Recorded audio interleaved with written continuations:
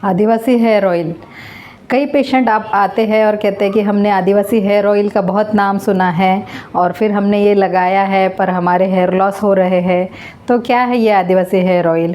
तो जब आप वो आदिवासी हेयर ऑयल की बॉटल देखते हैं तो उसके ऊपर बहुत सारी हर्बल चीज़ें उसका नाम लिखा हुआ होता है, जैसे कि शिकाकाई है, आंवला है, भृंगराज है और एक बेस होता है कोकोनट ऑयल में ये सब चीज़ें डाली हुई है, जैसे कि जासवंद है और बहुत सारे इंग्रेडिएंट्स की लिस्ट है। तो उनका दावा है, ऐसे आदिवासी हेयर ऑयल का दावा ये है कि इससे आपके बाल बहुत लंबे होते हैं, घने होते हैं। पर क्या ये सच में हो सकते हैं?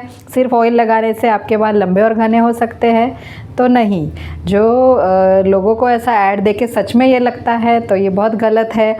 कई बहुत इसका TikTok video, YouTube reels, shorts ऐसे बहुत जगह दिखाया हुआ है कि ऐसे लगाने से चमत्कार जैसा हो गया है और कई जानी मानी हस्तियाँ फिल्म जगत की ये भी उस ऐड में हमें शामिल होते हुए दिख रहे हैं। तो ऐसा कोई भी चमत्कार होता नहीं है। हेयर लॉस का जो पेशेंट हमारे पास आता है वो हेयर लॉस का कारण होता है और वो कारण जान के उसकी ट्रीटमेंट की जाती है। हेयर लॉस के अलग अलग टाइप्स होते हैं। जैसे अगर समझो किसी को हेयर लॉस एक सिंगल पैच हुआ है तो वो पैच जो होता है उसको एलोपेशिया एरियाटा कहते हैं, जिसमें उसकी प्रतिकार शक्ति के चेंजेस होने के कारण कुछ सेल्स उनके हेयर को मिटा रहे हैं, जड़ से नष्ट कर रहे हैं। तो उसे वो इम्यूनिटी रिलेटेड है तो उसे ऑटो इम्यून डिजीज़ कहते हैं, जिसमें उन्हें कुछ दिन टैबलेट्स और लोशन ऐसा कुछ दिन कोर्स करना पड़ता है और फिर वो उसकी ट्रीटमेंट हो जाती है।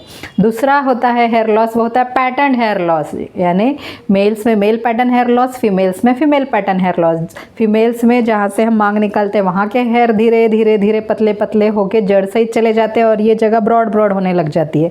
सिमिलरली मेल्स में हेयर लाइन पीछे पीछे जाने लग जाती है और इस पार्ट के हेयर धीरे धीरे पतले होके यहाँ का स्काल्प दिखाई देने लग जाता है। ये ग्रेजुअली होते जाता है। तो इसमें जेनेटिक फैक्टर और हार्मोनल फैक्टर होता है।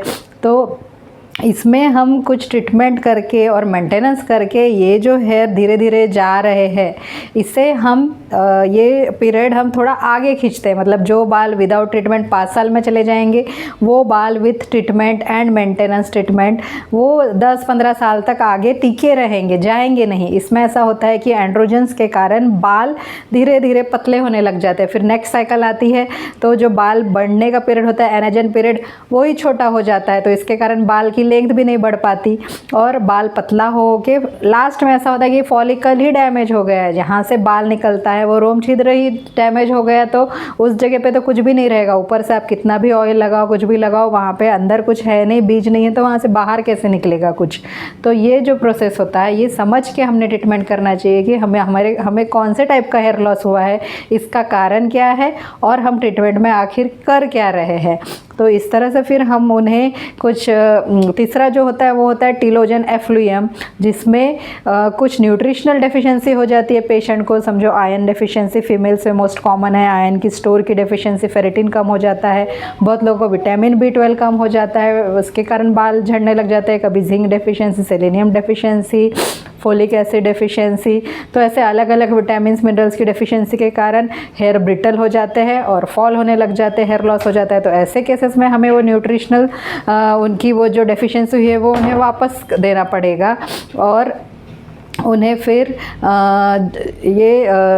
वो कितने दिन देना है। जैसे अभी समझो आयरन डेफिशिएंसी हुई है तो वो आयरन, उनका ब्लड हीमोग्लोबिन जो कम हुआ है वो बढ़ाने के लिए कम से कम 4 मंथ्स लगते हैं 1 पॉइंट से बढ़ाने के लिए। तो ये समझ के हमें ट्रीटमेंट लेनी है। तो ये ऑयल का क्या काम है, ये एक सूदिंग इफेक्ट देता है। ऑयल लगाने के बाद शांत दिमाग रहता है और कुछ इन्फ्लामेशन कम, उसमें से कुछ इंग्रेडिएंट्स जो इन्फ्लामेशन कम करके थोड़ा इचिंग कम कर सकते हैं, स्कैल्प का इन्फ्लामेशन कम होता है, तो वो एक इफ़ेक्ट कर सकता है। और दूसरा है कंडीशनिंग इफ़ेक्ट, ऑयल लगाने से कंडीशनिंग इफ़ेक्ट मिलता है।